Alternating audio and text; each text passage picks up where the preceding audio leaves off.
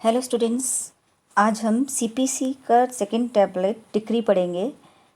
Decree भी CPC का एक बहुत ही इम्पॉर्टेंट पार्ट है क्योंकि डिक्री सीपीसी में तैयार सिविल प्रोसीजर कोड में तैयार की जाती है सिविल नेचर के सूट्स में। तो इसकी परिभाषा और आवश्यक तत्व पे अक्सर क्वेश्चंस आ जाता है। ये पीसीएस जे तक में इम्पॉर्टेंट है।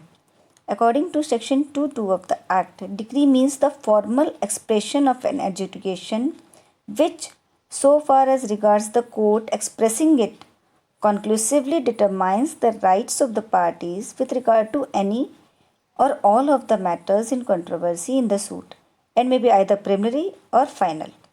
मतलब कि एक डिग्री न्यायालय का न्याय निर्णय है कि प्रारूपिक अभिव्यक्ति है जो जहाँ तक कि उसे अभिव्यक्त करने वाले न्यायालय से संबंधित है, वाद के सभी या किन्हीं विवादग्रस्त विषयों के संबंध में पक्षकारों का निश्चायक रूप से अवधारण करता है। मतलब न्याय निर्णय क्या होता है? न्याय निर्णय का मतलब होता है कि न्यायालय ने एक जजमेंट दिया, जजमेंट जिसमें कि वो रीजनिंग देता है कि क्या फैक्ट्स थे और किस चीज़ को मैंने क्यों एक्सेप्ट किया या डिनाई किया, उसके पूरे रीजंस रहते हैं। वो न्यायालय का जजमेंट या एडजुडिकेशन कहलाता है। तो उस एडजुडिकेशन तो बहुत बड़ा होगा, 5-10 पेज का। अब वो एडजुडिकेशन हर वक्त तो हर कोई पढ़ नहीं सकता, तो इसलिए उसकी एक प्रारूपिक अभिव्यक्ति जो छोटी सी होती है 5-6 लाइन की, उसको बनाया जाता है जिसको हम डिक्री कहते हैं। तो डिक्री जो है उस न्याय निर्णय की एक प्रारूपिक अभिव्यक्ति है जो न्यायालय ने पारित किया है किसी सिविल नेचर के सूट में, और उसको हम क्या कहते हैं? डिक्री कहते हैं। ये उस न्यायालय के संबंध में जो उसको पारित कर रहा है, वाद के किन्हीं या सभी विवादग्रस्त विषयों को पूरी तरह से अवधारण करता है।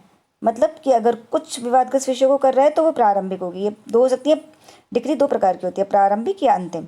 तो अगर वो कुछ विवादग्रस्त विषयों को सॉल्व कर रहा है तो वो प्रारंभिक है, और सारे के सारे विवादग्रस्त विषयों को कंट्रोवर्सीज को जो है एजुकेट कर रहा है और फिर उसके बाद केस समाप्त हो जाएगा, पूरा का पूरा केस डिस्पोज ऑफ कर दे रहा है, तो वो अंतिम डिक्री कहलाएगी। डिक्री की आवश्यकता तो आके उसी में से निकलेंगे। देखिए, सबसे पहला है कि एक न्याय निर्णय होना चाहिए। न्याय निर्णय वही कि कोर्ट ने अपना एक एजुकेशन दिया हो कि वो जो है पूरा रीजनिंग के साथ अपना जजमेंट देगा, तो वो न्याय निर्णय होना चाहिए। Such education must have been in a suit. एक सूट में, एक वाद में होना चाहिए। मतलब एक एप्लीकेशन पे जो आप न्याय निर्णय देंगे वो नहीं मानना जाएगा कि वो डिक्री है, वो एक वाद में होना आवश्यक है।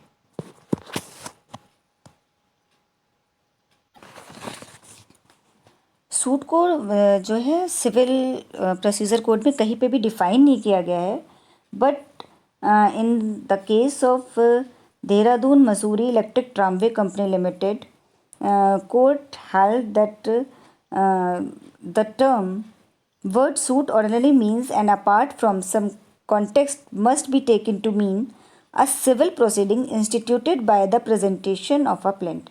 मतलब एक प्लेंट को दाखिल करके जब हम किसी सिविल प्रोसीडिंग्स को स्टार्ट करते हैं तो वो क्या कहलाती है?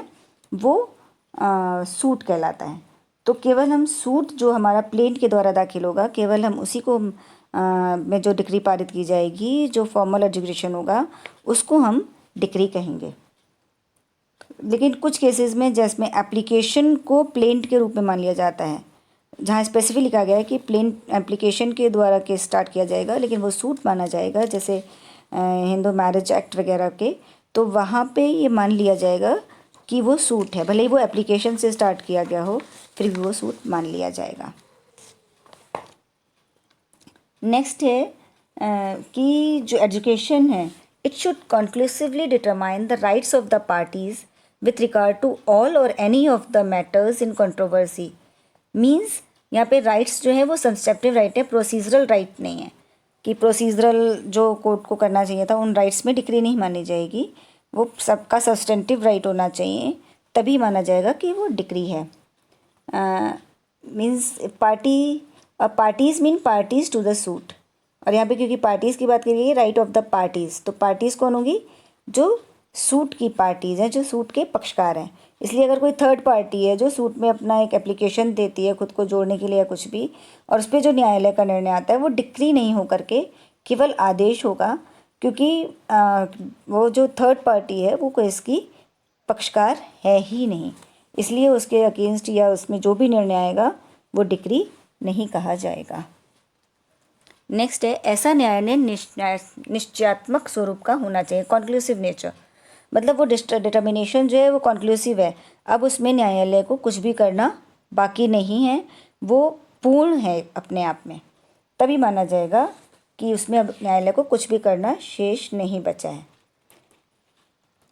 इसलिए interlocutory order which does not decide the right of the parties finally is not a decree.